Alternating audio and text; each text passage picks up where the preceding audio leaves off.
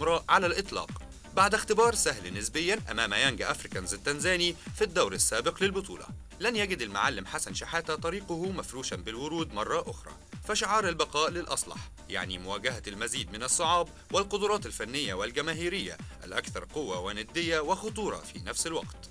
وما ينطبق على بطل تنزانيا المتواضع لا يصح لأن ينطبق على عفاريت كوت ديفوار كما أطلق عليهم بعض أعضاء الجالية المصرية في أبيجان. مباراة الذهاب أصعب ما يكون على أبناء القلعة البيضاء، فعليهم ضرب كل العصافير في اللقاء، الفوز وبنتيجة طيبة وكافية، والتعبير عن وجود الأسد الأفريقي القديم بقوة بعد غياب طويل عن المنصة القارية، وقبل هذا وذاك التمسك بالبطولة والتواجد في البطولة الوحيدة الرسمية.